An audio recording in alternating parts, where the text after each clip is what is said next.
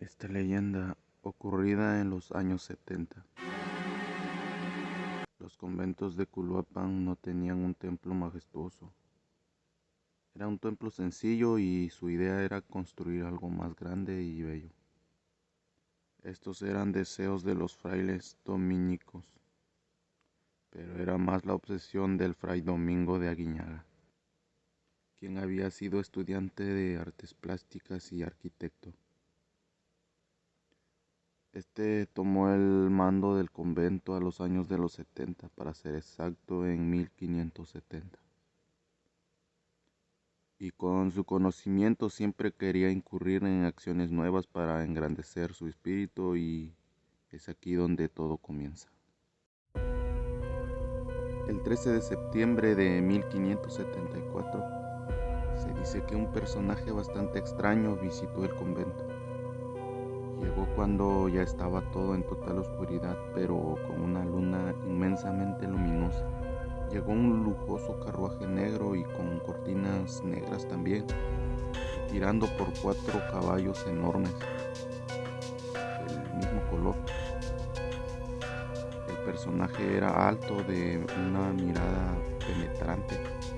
Portaba una barba acicalada. Era una descripción como la que brevemente se dice que es la del diablo. El hombre vestía elegante y rigurosamente todo de negro. Al llegar al convento, los perros ladraron y salieron corriendo despavoridos. Se dice que los perros empezaron a aullar en los rincones del convento. El hombre tocó la puerta y uno de los monjes abrió. Fue cuando el hombre pidió hablar con el padre. La pesada puerta de madera se abrió. El hombre entró hasta las oficinas del padre. La entrevista duró varias horas, incluso hasta el amanecer. Después de esto, las visitas se dieron una tras otra, pero siempre por las noches. A veces se escuchaban salir unas carcajadas desde las oficinas del padre. Los perros no dejaban de ladrar. Durante las visitas de aquel hombre, sus ojos se alumbraban de miedo, hasta que se llegó la última visita. Fue entonces que el padre Domingo de Aguinaga hizo una curiosa petición a los frailes. En la hora del almuerzo, él les pidió que ese día por la noche no salieran de sus celdas, porque algo impresionante iba a pasar. Los padres cuestionaron al prior por su petición, pero este no dio respuestas. Llegada la hora en que todos los religiosos se encerraran, fue entonces que a las 12 de la noche se escucharon llegadas de carruajes. El silencio se interrumpió por risas y gritos, incluso blasfemias contra algunos santos, frailes, vírgenes y hasta del mismísimo Dios.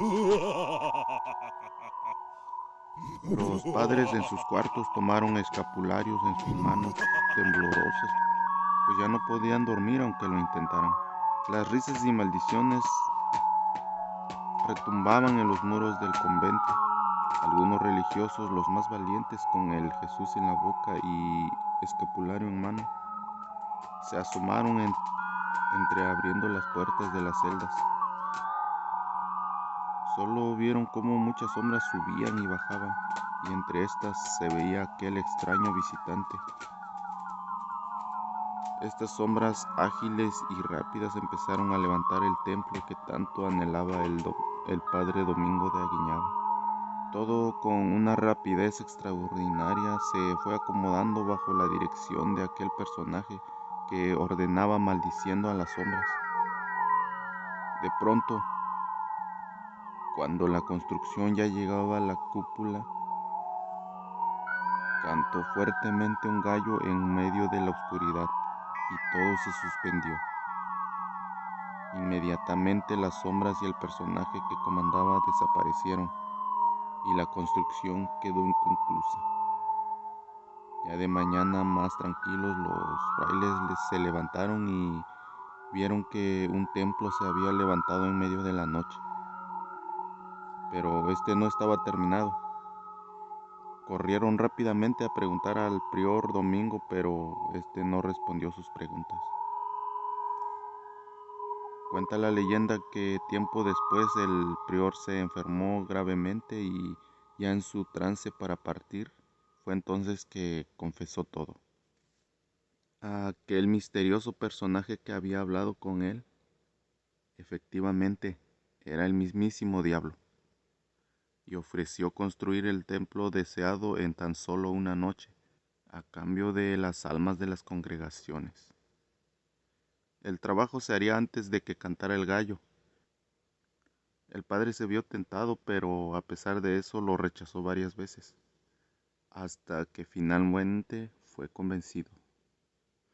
No obstante, ya llegado aquel día se había arrepentido y entonces pensó en cómo podía vencer a este personaje. Por eso él preparó a un gallo que con una señal cantaría. La señal era ponerle una gallina culeca, de modo que llegado el momento el diablo autó con tal rapidez que había que responderle de la misma forma. Así que como a las 4 de la mañana el prior fue por la gallina, pero no estaba en su lugar. El tiempo pasaba y la desesperación aumentaba. Finalmente encontró a la gallina, la llevó corriendo. El gallo, al sentirla cerca, cantó alegremente, entonces el padre también se alegró. Fue así que la obra quedó inconclusa. Y el diablo, al saberse engañado, antes de desaparecer todavía le dio tiempo para perseguirlo. El padre corrió, pero una de sus sandalias se atoró y fue a dar al suelo. Según el padre, el diablo lo miraba con sus ojos rojos y malditos. Quiso enterrarle unas afilosas uñas, pero su escapulario bendito lo hizo retroceder. El padre se puso de pie y le azotó en la espalda, y así finalmente este ser desapareció. Finalmente, cuando el padre murió a los 86 años, se dice que un olor a santidad impregnó el lugar. Muchos hermanos de sus órdenes religiosas tomaron partes de sus hábitos como reliquia y mientras los rezos acompañaban el cuerpo del fraile, algunos novicios aseguran que por las noches veían a una extraña sombra merodear por los techos del convento. Así fue como se dio origen a la leyenda del templo inconcluso, aunque muchos especulan que el templo no se terminó debido a enfermedades como viruela, sarampión, influenza, entre otras.